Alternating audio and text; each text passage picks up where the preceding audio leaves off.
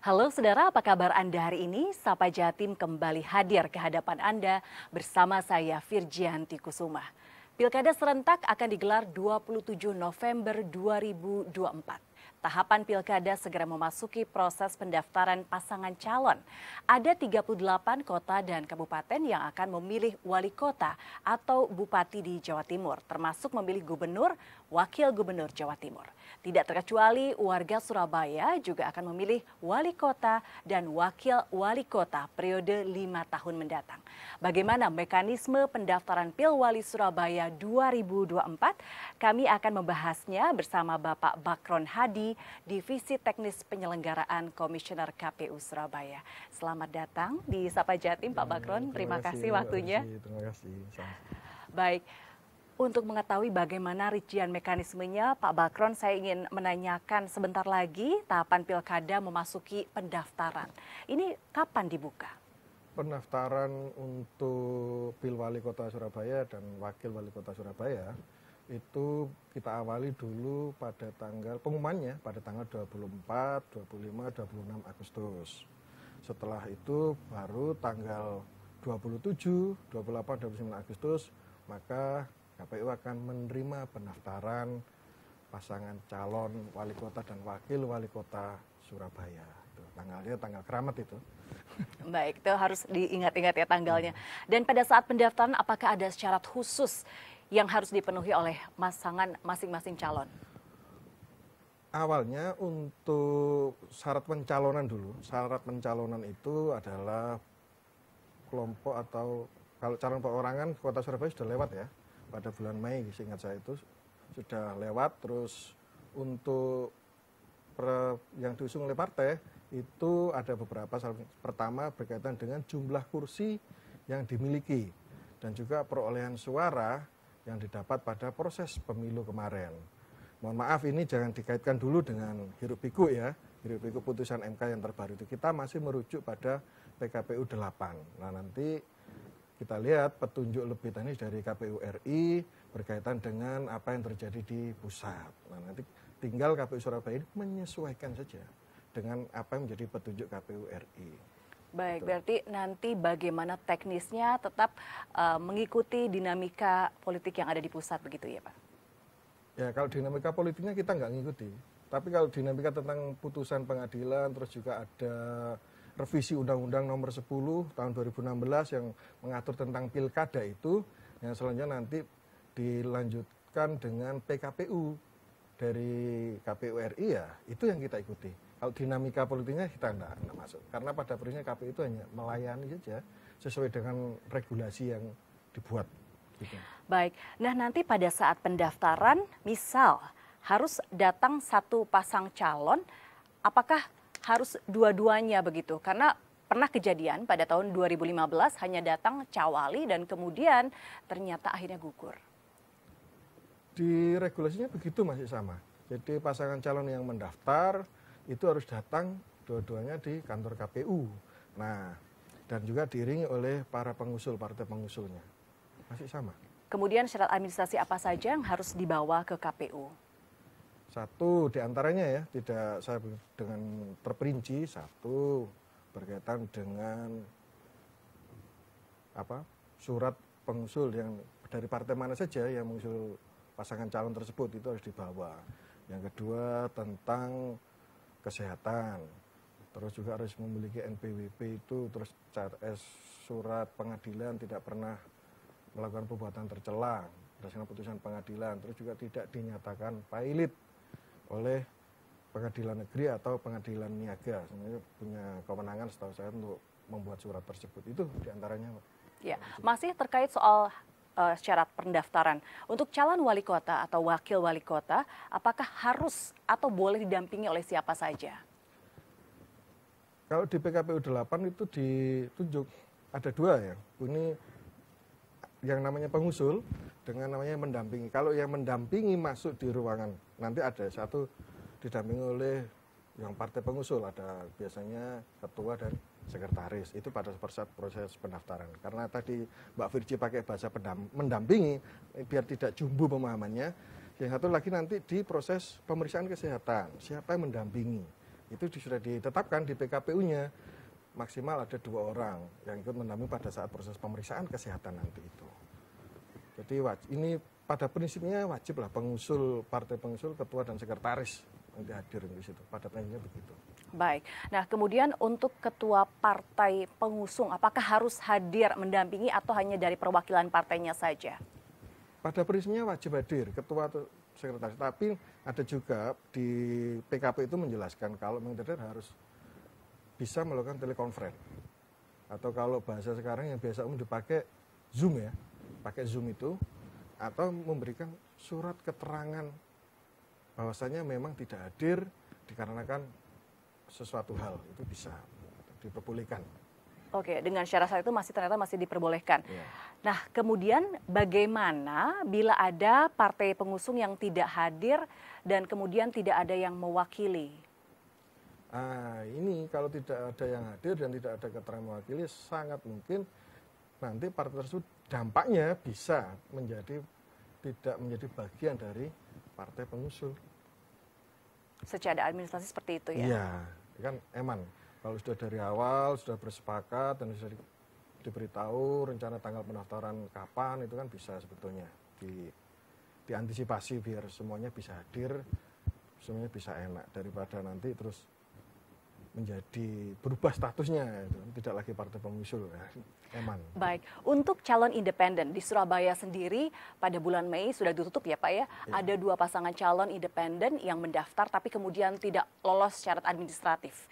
Nah, menurut pendapat dari KPU sendiri untuk pilkada tahun ini bagaimana Pak terkait ketidaklolosan 2 pasangan calon independen tersebut? Pada ini KPU Mas, saya yakin konsultasi di Pilwali Kota Surabaya itu memiliki banyak varian ya, banyak, tetapi kan ada hal administrasi yang tidak bisa dikesampingkan, di mana bagi para peserta Pilwali, baik itu perorangan maupun yang diusung oleh partai ya, harus memenuhi syarat-syarat. Kalau memang tidak memenuhi syarat-syarat yang sudah ditentukan undang-undang atau regulasinya itu, ya amat disayangkan sehingga tidak bisa masuk ke fase berikutnya.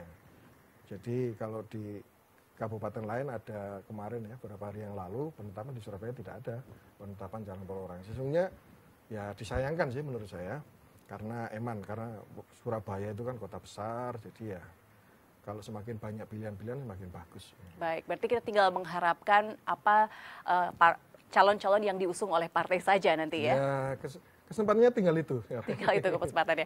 Oke, dan saat ini terjadi perubahan di MK terkait batas pencalonan kepala daerah berdasarkan putusan nomor 60 PUU 2022-2024. Partai politik yang tidak memiliki kursi di DPRD atau kurang dari 20% di DPR bisa mengusung kepala daerah. Seberapa besar pengaruhnya untuk mekanisme pendaftaran nanti? Wah, itu dampaknya pasti luar biasa, itu dahsyat ya. Karena sebelum kami ini membuat pengumuman nanti tanggal 24 itu, kita sudah memutuskan dulu partai mana yang memenuhi syarat untuk mencalonkan. Itu ada SK-nya. Kalau nanti berdasarkan putusan MK tersebut, terus sudah ada petunjuk lebih lanjut dari KPU RI, ya mau tidak mau kita harus merubah itu semua biar sesuai dengan regulasi yang terbaru. Padahal deadline-nya sudah mepet sekali kan. Itu. Saat ini sudah tanggal 22, kemudian mulai 23, pendaftaran 23, 24. 24 nanti kan pengumuman, sudah harus pengumuman. Ya mudah-mudahan setelah itu nanti bisa segera muncul lah, karena waktunya sudah nggak bisa bergeser lagi. Kalau nanti munculnya kurang-kurang 1 jam kan ya susah. Mudah-mudahan saya segera mungkin. Baik, kemudian terkait batas usia yang ditetapkan MK pada saat pencalonan, bagaimana dampaknya untuk mekanisme nanti? Tapi jangan dijawab dulu Bapak, kita akan kembali lagi usai jeda berikut. Tetaplah bersama kami di Sapa Jatim.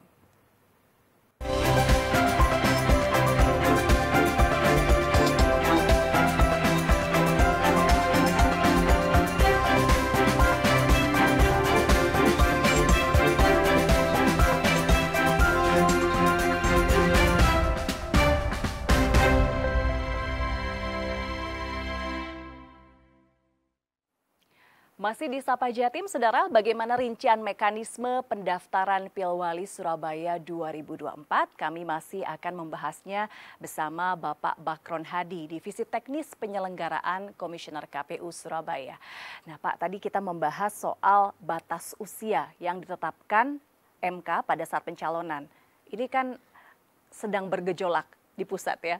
Bagaimana dampaknya terhadap nanti proses pendaftaran? Ada dua aturan ya yang menyangkut usia itu. Kalau di Undang-Undang Pilkada ada usia 30 untuk gubernur, 25 untuk bupati atau wali kota. Tapi di putusan MA sebetulnya, MA memberikan penafsiran bahwasanya usia 30 atau usia 25 itu bukan dihitung pada saat pendaftaran, tetapi dihitung pada saat dilantik menjadi kepala daerah. Nah itu nanti patokannya di situ, karena setahu saya sudah keluar juga perpresnya yang tanggal pelantikan. Nanti bisa di cross check ya, di tanggal pelantikannya bulan berapa itu. Tapi mudah-mudahan nanti di revisi undang-undang terbaru ini yang dilakukan oleh DPR juga menyangkut itu dan memberikan kepastian kira-kira seperti apa di usia berapa itu nanti yang bisa dijadikan patokan, biar tidak lagi banyak regulasi yang harus kita lihat apakah sesuai dengan putusan MA itu harus pada saat pelantikan atau bagaimana ya. Kalau nanti direvisi dan disebutkan pada tanggal itu ya gitu yang akan kita pakai. Baik, berarti KPU kira-kira akan bekerja ekstra kilat ya dalam beberapa hari ini. Ya, membaca dan melakukan lah. Itu mirip kayak kerjanya Pak Polisi yang di lapangan di jalan raya. Membaca aturan, kalau ada yang melanggar langsung ditilang atau dibiarkan. Mirip-mirip begitu. Semuanya gerak cepat. Hanya waktunya super cepat begitu ya Pak ya? Nah, dinamikanya seperti itu. Kalau misalnya ada perubahan undang-undang terkait hal ini, KPU akan ikut yang mana Pak? Terkait dari ketetapan dari MK dan juga perubahan undang-undang dari DPR. Pasti kita akan ikut yang regulasi terbaru.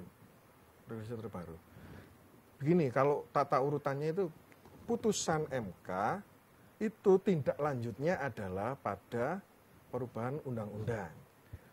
Kalau apakah putusan itu dibatalkan atau bagaimana. Nah, hari ini kemarin kan sudah dibahas di DPRD itu kelihatannya bahwasanya akan ada revisi berkaitan dengan undang-undang calon kepala daerah. Nah, itu biasanya kan pasti juga berkaitan dengan putusan dari MK dan juga penafsiran dari MA tentang batas usia. Ya itu nanti yang akan kita pakai. Oke, nah terkait pasangan calon yang akan mendaftar di Pilwali Surabaya, saat ini kan baru nampak hilalnya ada satu pasangan calon. Bagaimana jika nanti sampai batas waktu terakhir ternyata hanya ada satu pasangan calon itu yang mendaftar? Ya, kemungkinan itu KPU belum bisa berandai-andai ya. Berandai-andai apakah nanti pasangan calon ini ada 1, 2, 3 dan seterusnya. Tetapi pada prinsipnya KPU tetap akan melayani berapapun pasangan calon yang akan daftar di KPU Kota Surabaya. Nah, setelah misalnya ini saya tidak mau berandai-andai karena kita nggak boleh, belum dibuka kok sudah berandai-andai. Tapi kalau kita mengaca pada PKPU 8, membaca di situ, kalau memang pendaftar hanya ada satu yang memenuhi syarat setelah pemeriksaan dokumen-dokumen itu, maka KPU akan membuka kembali pendaftaran maksimal 3 hari. Maksimal 3 hari untuk partai atau masih bisa kemungkinan untuk calon independen? Untuk partai. Untuk calon independen sudah tidak bisa sama sekali ya? Karena independen itu syaratnya panjang. Jadi nggak bisa kalau itu dimasukkan. Ya di PKP-nya syarat dari partai. 3 hari untuk partai. Iya. Nah, kemudian kita juga masih menantikan kan dinamika apakah persyaratan 20% itu harus dipenuhi atau tidak. Karena itu kan juga akan menentukan apakah partai memiliki kemampuan untuk mendaftar atau tidak ya Pak.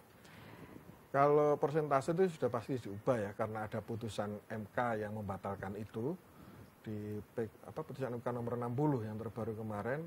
Kalau saya baca di amar putusannya di halaman 77 dan 78 itu sudah tidak memakai itu prinsipnya, tetapi memakai persentase perolehan suara di DPT, daftar pemilih tetap. Gitu. Kalau Surabaya hitung-hitungan kemana berapa? 6,5 kalau nggak 7%.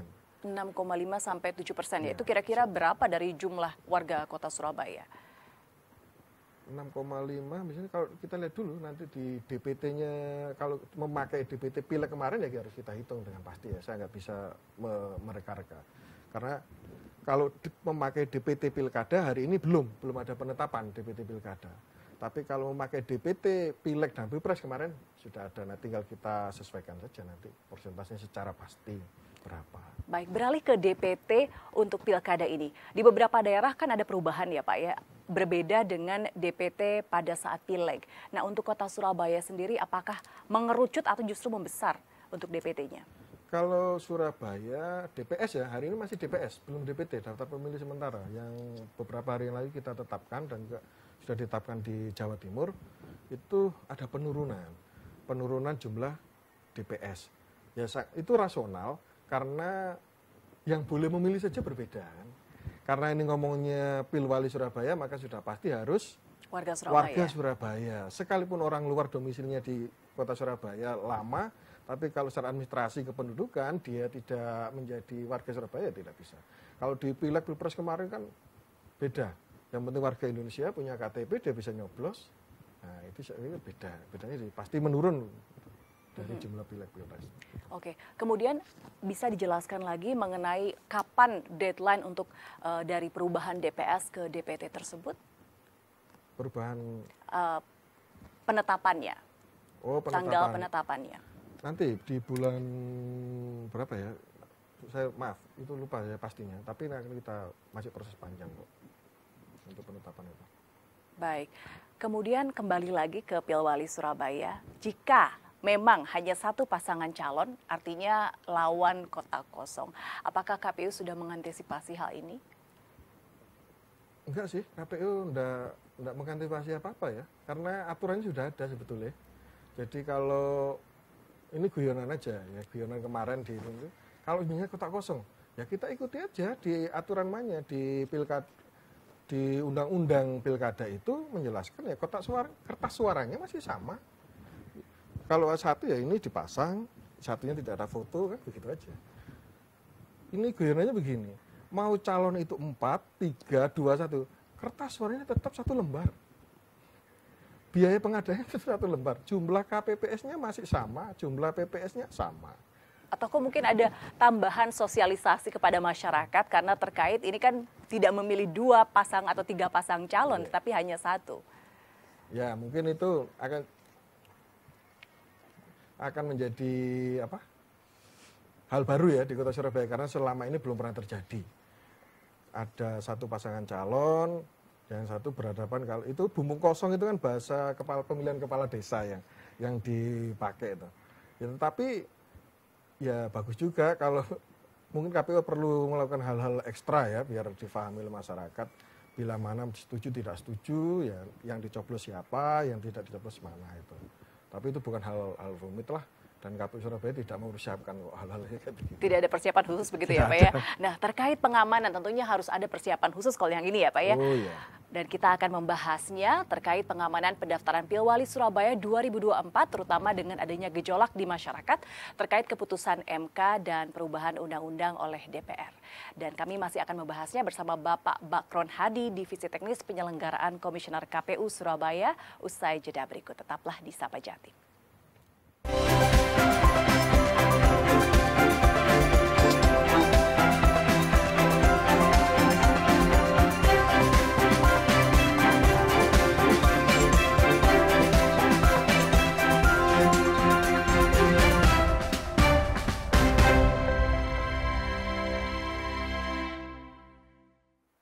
Saudara, kami masih akan membahas mekanisme pengamanan Pilwali Surabaya 2024 di Sapa Jatim bersama Bapak Bakron Hadi, Divisi Teknis Penyelenggaraan Komisioner KPU Surabaya. Tadi saya sempat bertanya di akhir segmen 2 terkait pengamanan, apalagi sekarang kan dinamikanya cukup luar biasa di pusat, tentunya di daerah juga sedikit ramai, Pak. Iya, kalau tentang keamanan ya kita tetap bekerja sama dengan aparat kepolisian juga tenaga TNI terutama kepolisian untuk mengantisipasi. Tapi yang diantisipasi itu secara global, tidak hanya berkaitan dengan hiruk pikuk sekarang berkaitan dengan putusan MK itu. Tahapan-tahapan pemilunya kemarin juga sudah itu kok semacam simulasi ya di kantor KPU tentang pengamanan, baik itu saat penghitungan maupun kondisi kayak apa, sudah kita antisipasi itu. Tapi tidak, kembali lagi, ini antisipasi secara keseluruhan. Kalau sekarang ada dinamika itu ya kita anggap biasa aja.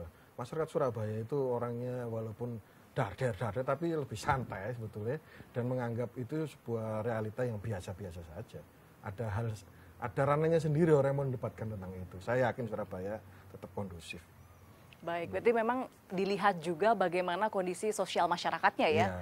Dan di Surabaya sejauh ini melewati berbagai fase pemerintahan juga tetap kondusif begitu ya Pak? Ya biasa-biasa aja buat orang Surabaya itu waktunya nyoblos ya nyoblos, waktunya melihat siapa calon yang akan dipilih ya dipilih, dilihat itu aja, nggak ada yang itu. Kalau hiruk pikuk itu kan di media kan, di media terus seolah-olah nanti akan kondisi bla bla bla bla, tapi masyarakat Surabaya sendiri hari ini saya berangkat ke sini aja ya kerja tetap kerja ke kantor nggak ada itu biasa-biasa aja. Yang penting kita tetap berkoordinasi dengan TNI Polri ya, terutama Polri untuk secara keseluruhan bagaimana pilkada ini bisa berjalan aman dan masyarakat bisa melaksanakan aspirasi, menyalurkan aspirasinya itu tidak ada halangan-halangan yang kira-kira bisa menghambat proses penyampaian aspirasi masyarakat nanti. Baik, saya ingin tanyakan secara lebih teknis terkait nanti proses pendaftaran untuk Pilkada Surabaya. Biasanya saat pendaftaran kan calon diiringi oleh ribuan para pendukung, kemudian juga simpatisan akan datang ke KPU. Sejauh mana koordinasi dengan aparat keamanan? Kita terus berkoordinasi, bahkan hampir setiap hari ya kita koordinasi dengan yang ada di pengaman, sering berkoordinasi di kantor KPU itu. Dan kita juga sudah mengantisipasi, bahkan kemarin sudah membuat desain kira-kira gambarannya seperti apa nanti pasangan calon itu ketika akan mendaftar. Tapi belum bisa kita publikasi karena memang belum final. Terus nanti siapa pesertanya berapapun silakan kok.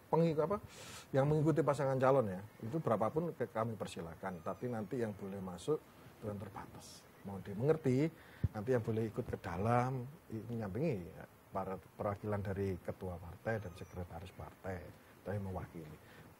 Kalau nanti para pendukung atau supporternya ini mau hadir ratusan bahkan sampai ribuan, dipersilakan. Tapi ya di tempat yang sudah ditentukan oleh KPU itu nanti. Apakah mungkin ada antisipasi khusus untuk hal ini?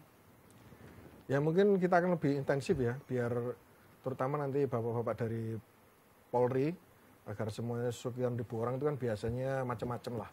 Mungkin yang kecapean atau apa ya kita antisipasi, berkoordinasi dengan pemimpin-pemimpin di lapangannya agar semuanya tetap kondusif.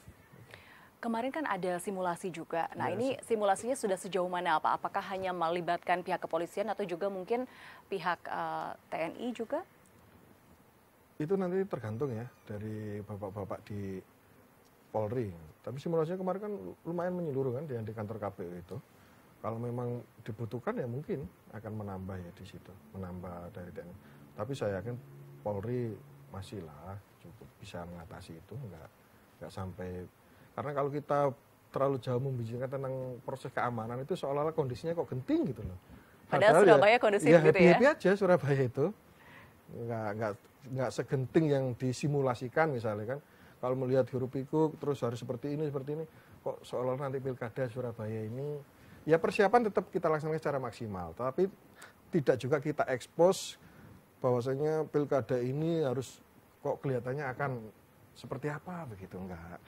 Biar masyarakat juga tetap tenang. Bahwasanya apa yang disimulasikan, terus skenario-skenario pengamanan macam-macam, ya itu mengantisipasi saja. Biar nanti kalau kondisi memang ada yang tidak sesuai dengan yang diinginkan, itu bapak-bapak yang berkewajiban mengamankan itu sudah punya cara-cara untuk menangkal. Nah, sementara kalau kita lihat, mau tidak mau kita tidak bisa mengesampingkan dinamika yang ada di pusat ya. Sekarang sudah dipasang kayak blok-blok beton gitu ya. Apakah di KPU juga akan melakukan hal yang serupa di kota Surabaya? Belum ada itu, belum ada niatan di situ. Ya tergantung informasi nanti. Informasi dari bapak kepolisian, dari kepolisian kira-kira kondisinya akan seperti apa misalnya. Nanti kan kepolisian yang lebih tahu itu cara untuk mengamankan kantor KPU misalnya, atau mengantisipasi kalau memang ada hal-hal yang kira-kira perlu diantisipasi secara keamanan. Itu biar Pak Polisi lah, kepolisian yang lebih tahu itu. Baik, apakah mungkin ada himbauan atau saran kepada pasangan calon yang akan mendaftar dalam beberapa hari ini ke KPU, Bapak? Kalau ini penting, kita berharap agar nanti pasangan calon yang mendaftar itu tidak mengambil waktu injury time kalau di bahasa di sepak bola itu. Karena jauh-jauh hari secara normal kita per tanggal 21 kemarin itu sudah membuka helpdesk. Sampai helpdesk itu berlangsung 6 hari ya, tanggal 21 sampai tanggal 26. Itu berfungsi agar pasangan calon yang ada perwakilannya berkonsultasi tentang tata syarat calon. Kalau tanya percalonan kan sudah, tata syarat calon kira-kira seperti apa, mana yang harus segera diurusi, biar nanti pas hari H pendaftaran itu semuanya enak karena sudah clear di depan. Tapi kalau mepet-mepet terus juga helpdesk ini tidak dimanfaatkan, ya prosesnya akan sangat lama. Kan kasihan kalau para calon itu harus menunggu lama karena pemeriksaan teknisnya nggak bisa dilewatkan. Kita berharap betul helpdesk ini dimanfaatkan sebaik mungkin agar hari H nanti semuanya bisa berjalan dengan lancar, mudah, dan semuanya senang.